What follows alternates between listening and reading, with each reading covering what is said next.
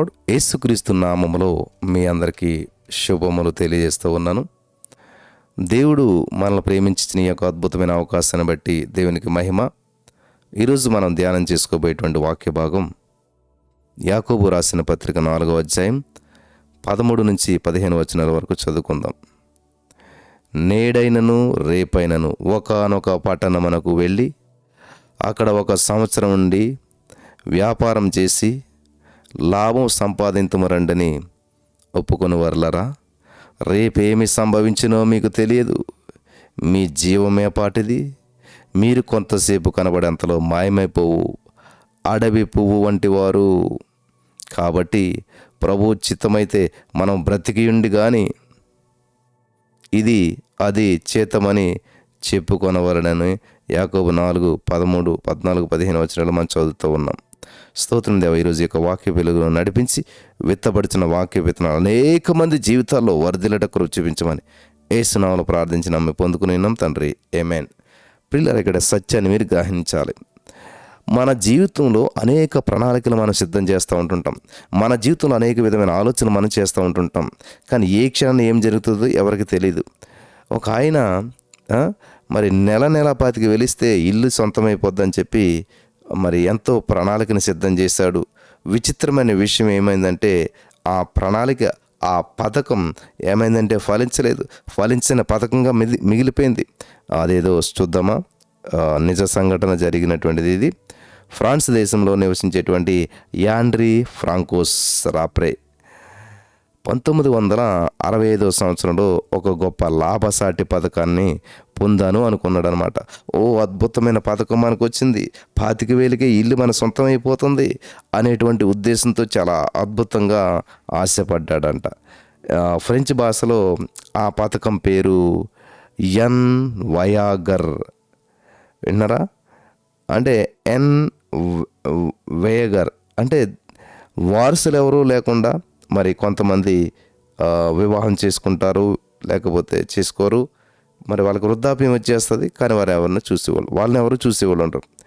ఇలాగా ఎవరైతే వృద్ధాప్యానికి వచ్చేసి వాళ్ళకి వెనక ముందు ఎవరు లేరు అని తెలుస్తుందో వాళ్ళు మరి ఈ ఇలాంటి పథకాన్ని వాళ్ళు ఓకే చేసుకున్నట్లయితే నెల ఇంత డబ్బు అని ఇస్తారనమాట. వింటున్నారా? మరి ఆ ఫ్రెంచ్ భాషల పథకం పేరు మనం చూసాం ఎన్ వయాగర్ అనమాట. కాబట్టి ఎవరైతే ఆ వృద్ధులు ఉంటారో తమ ఇంటిని ఈ పథకం కిందకి అమ్మేస్తారనమాట. అంటే వాళ్ళు బతికినంత కాలం ప్రతి నెల 25,000 పుచ్చుకుంటారు. ఎప్పుడైతే వాళ్ళు చనిపోతారో చనిపోయిన వెంటనే 25,000 ఇస్తున్న వ్యక్తికి ఇంటి మీద అధికారం వెళ్ళిపోతుంది. ఇది స్కీమ్ అన్నమాట. అయితే ప్రతి నెల మరి బ్రతికున్నంతకాలం 25,000 తీసుకుంటారు వాళ్ళు. చనిపోగానే ఈమె యొక్క ఇల్లు, ఎవరైతే ఇలాగ ఒంటరితనంలో వాళ్ళ యొక్క ఇల్లు మరి ఆ డబ్బులు ఇస్తున్న వాళ్ళు సొంతం అయిపోతుంది అనమాట. జెన్నీ కాల్మెంట్ అనేటువంటి వృద్ధురాలతో ప్రతి నెల 25,000 ఇస్తానని చెప్పి ఆమె చనిపోగానే ఆమె ఇంటిని నేను కాపాడుకునేటట్లు రాస్తే రాప్రే జెన్నీ అగ్రిమెంట్లు, ఈ రాప్రే గారు జెన్నీ గారు ఇద్దరు కూడా అగ్రిమెంట్ చేస్తారు, రాసుకున్నారు. వృద్ధురాలు త్వరలోనే మరణిస్తుందిరే, కాబట్టి తక్కువ డబ్బుకే నాకు ఆమె ఇల్లు నా సొంతమైపోతుంది, వశపరుచుకోవచ్చు అని అనుకున్నాడంట. రాశ్రే గారు 1965 నుండి జెన్నీకి 92 లక్షలు చెల్లించాడంట. గమనించాలి. వృద్ధాప్యంలో ఉంది, చనిపోతే కష్టంగా ఇంకా చివరి జీవితాల్లో ఉంది కాబట్టి అన్నట్టు చూస్తే ప్రియులారా గమనించాలి. 1965 సంవత్సరం నుంచి జెన్నీ గారికి 92 లక్షలు చెల్లించాడంట. అయితే 1994లో రాఫ్రే గారు మరణించారు. ఆ ఇంటిలో ఒకరోజు కూడా నివసించే అవకాశం లేదు. తన 77వ ఏట మరణించాడు. గమనించాలి. ఇది చాలా ప్రాముఖ్యమైన విషయం. రాప్రే కొడుకు తండ్రి వారసుడిగా ఆ పథకాన్ని కొనసాగించాడు. వారికి అత్యంత బాధ కలిగించిన విషయం ఏదన్నా ఉన్నదంటే జెన్నీ గారు ఎవరైతే వృద్ధురాలుగా ఉందో ఆ జెన్నీ గారు 1997లో తన 122వ ఏట, అంటే ఆవిడ చనిపోద్ది అనుకున్నాడు, కానీ ఆమె ఏకంగా 122 సంవత్సరాలు జీవించింది. 122 సంవత్సరాలకు మరణించింది. 122 సంవత్సరాలు వచ్చే వరకు చూడండి, నెల 25,000 అంటే ఎంత అయిపోయి ఉంటుంది. కాబట్టి ఎక్కువ కాలం జీవించిన వృద్ధురాలుగా ఈవిడికి ఏకంగా Guinness book record of the world రికార్డ్స్లోకి స్థానం లభించింది.